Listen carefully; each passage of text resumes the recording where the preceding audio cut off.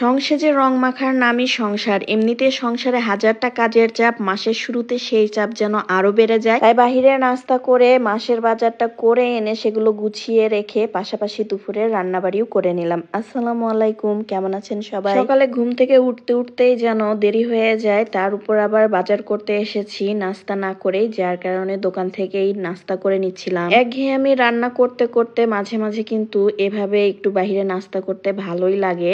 আর বাহিরের এই ডালটা খেতে আমার অনেক বেশি ভালো লাগে। নাস্তা আর বাজার করে আমরা চলে এসেছি। রাতেই শাকটা ধুয়ে পরিষ্কার করে রেখেছিলাম। এখন কাঁচামরিচ আর লবণ দিয়ে ভালো করে ভাপ দিয়ে নিব। ওদিকে যে বাজার এনেছি এগুলোও কিন্তু গুছিয়ে নিতে হবে। বাজার করে আসতে আসতেই কিন্তু 1টা বেজে গেছে। এদিকে আবার এগুলো গোছাতে হবে, পাশাপাশি রান্নার জোগাড়ও করছিলাম। আদা রসুন যা যা লাগে সবকিছু লিস্ট করে আনা হয়েছে। যত কিছুই প্রয়োজন পড়ুক, দ্রব্যমূল্যের দাম এত ঊর্ধ্বগতিতে যাচ্ছে, নিম্নবিত্ত নিম্ন মধ্যবিত্ত মধ্যবিত্তরা প্রতিনিয়ত ওই দিশেহারায় হয়ে পড়ছি। তারপরেও কারোর কোনো কিছুই করার নাই, খেতে হলে তো কিনতে হবে, দাম যতই বাড়ুক না কেন। অনেকদিন থেকে খুদের ভাতও খাওয়া হয় না, ভর্তা ভাতও করা হয় না, তাই পোলায়ের চালের খুদ নিয়েছি। আর যা যা লাগে সবকিছু একবারে কিনে এনেছি, সাথে 1 কেজি জলপাইও এনেছি। শীতের অনেক আগে থেকেই তো জলপাইয়ের আগমন হয়, তবে এবার এখনো কোনো জলপাই কেনা হয়নি। আমাদেরই গাছ ছিল, তো এখন আর ওই গাছ তো আর নাই। গাছ ভর্তি জলপাই হতো, আচারও করতাম বা কিনেও করা হতো। এবার আর তেমন বেশি ঝামেলা করব না, তাই 1 কেজি জলপাই কিনেছি। সাথে একটা সোনালী মুরগি এনেছিলাম, এটাকে ধুয়ে রেডি করতে হবে।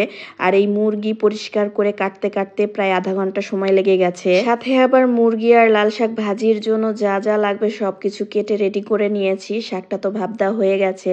এখন কড়াইয়ে সরিষার তেল দিয়ে শুকনা মরিচ ফোড়ন দিয়ে নিব। মুরগির গায়ে কিন্তু পিচ্ছিল একটা ভাব থাকে, সেটা পরিষ্কার করতে অনেকটা সময় লেগে যায়। সাথে আবার আমি লবণ আর ভিনেগার দিয়ে ভালো করে ধুয়ে পরিষ্কার করে নেই। শাক ভাজি করব, তাই সরিষার তেলে শুকনা মরিচের সাথে কুচি করা রসুন, পেঁয়াজ আর পেঁয়াজ পাতা দিয়ে দিলাম। এখন তো শীতকাল, নতুন পেঁয়াজ সহ পেঁয়াজের পাতা উঠেছে।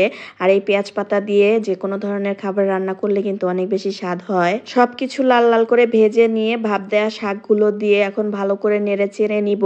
যে কোনো শাক ভাজি কিন্তু একটু নরম নরম রাখতে হয়, একদম কড়কড়া করে ফেললে কিন্তু সেই শাক ভাজিটা খেতে ভালো লাগে না। তবে অন্য দিনের তুলনায় আজকের শাকটা একটু শুকনা শুকনা ছিল। যাই হোক, শাক ভাজিটা হয়ে গেছে, এখন নামিয়ে নিলাম। দেখতে কিন্তু বেশ ভালো হয়েছে। আর ভাতের সাথে শুকনা মরিচ দিয়ে শাক ভাজিটা খেতে কিন্তু বেশ ভালো লাগে। অনেকে আবার চিংড়ি মাছ দিয়েও লাল শাক ভাজি খেয়ে থাকে, তবে আমি কখনোই করি নাই। যাই হোক, এভাবেই খাওয়া হয়। এখন মুরগিটা রান্না করব, তাই পরিমাণ মতো সরিষার তেল দিয়ে মোটা করে কাটা পেঁয়াজ আর গোটা রসুন দিয়ে দিচ্ছিলাম। যে কোনো ধরনের গোস্ত রান্নায় রসুনের পরিমাণ কেন যেন একটু বেশি হলে আমার খেতে বেশি ভালো লাগে। তো পেঁয়াজগুলোকে ভালো করে ভেজে নেব। আর প্রতিবারের মতোই পেঁয়াজের মধ্যে আমি লবণ দিয়ে নিব, যাতে করে ভাজাটা একটু তাড়াতাড়ি হয়ে যায়। সাথে গোটা গরম মশলাও দিয়ে আরো কিছুক্ষণ নেড়ে চেড়ে বাকি যে মশলাগুলো আছে এক এক করে সবকিছু দিয়ে দিব। আদা রসুনের বাটা আর গোটা জিরে দিয়ে একটু হালকা নেড়ে চেড়ে নিয়ে মুরগিটাকে আগে ভালো করে এই ভাজা পেঁয়াজ রসুনের সাথে ভেজে নিব। মুরগির গোস্তের সাথে কিন্তু আলুটা আগেই দিতে হয়, কারণ মুরগিটা যেহেতু নরম, রান্না হতে গরুর গোস্ত থেকে কম সময় লাগে, যার কারণে আলুটা একসাথে দিয়েই ভালো করে আমি এইভাবে ভাজা পেঁয়াজের সাথে ভেজে নিয়ে পরিমাণ মতো হলুদের গুঁড়া আর বেশি পরিমাণে মরিচের গুঁড়া দিয়ে দিলাম। এখন শুকনা সব মশলার সাথেও ভালো করে মুরগিটাকে নেড়ে চেড়ে কষিয়ে নিব। নিয়ে আবার একটু পানি দিয়ে ভালো করে কষাবো একদম তেল উঠে আসা পর্যন্ত। তারপরে এই তো পরিমাণ মতো ঝোলের পানিও দিয়ে দিলাম সিদ্ধ হওয়ার জন্য। রান্নার কাজের ফাঁকে ফাঁকেই কিন্তু কড়া বাজারগুলো গুছিয়ে নেওয়া হচ্ছিল।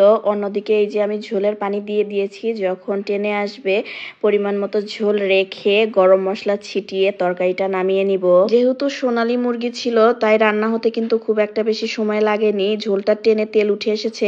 এখন আগে থেকে করে রাখা আমার যে ভাজা মশলা, এইটা দিয়ে নামিয়ে নিব। এভাবে হালকা পাতলা মুরগির ঝোল ভাজা মশলা দিয়ে খেতে কিন্তু অনেক বেশি স্বাদের হয়।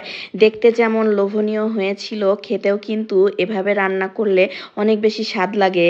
আপনারা কে কিভাবে মুরগির গোস্ত খেতে পছন্দ করেন বা রান্না করেন সেটা কিন্তু অবশ্যই কমেন্ট করে জানাবেন। সাথে আজকের আমার মুরগির গোস্তটা আলু দিয়ে রান্না করা কেমন লাগলো সেটাও কমেন্ট করে জানাবেন। খাবেন। যেহেতু এখন ভালোই শীত পড়েছে আর আলু দিয়ে একটা পাতলা মুরগির ঝোলও রান্না করেছি, সাথে তাই চাল ভিজিয়েছিলাম। এই সময় একটু পিঠা চিরা তো খেতে ইচ্ছেই করে, আর হুর অনেক বেশি চিতই পিঠা খেতে পছন্দ করে, বিশেষ করে গোস্তর ঝোল দিয়ে। ওর জন্যই আরো চিতই পিঠার ডো করেছিলাম, ওকে কয়েকটা পিঠা বানিয়ে দিব বলে। ব্লেন্ডারে ভাতের চালটা ভিজিয়ে রেখে ব্লেন্ড করে সুন্দর পিঠা হয়, একদম ফুলকো ফুলকো তুলতুলে নরম। এগুলো হয়তো দুধে ভিজালেও অনেক বেশি সফট হবে। শুধুমাত্র ভাতের চাল দিয়ে করা পিঠা যে এত দারুণ হয়, নিজে না করলে হয়তো বা বিশ্বাসই করতে পারতাম না।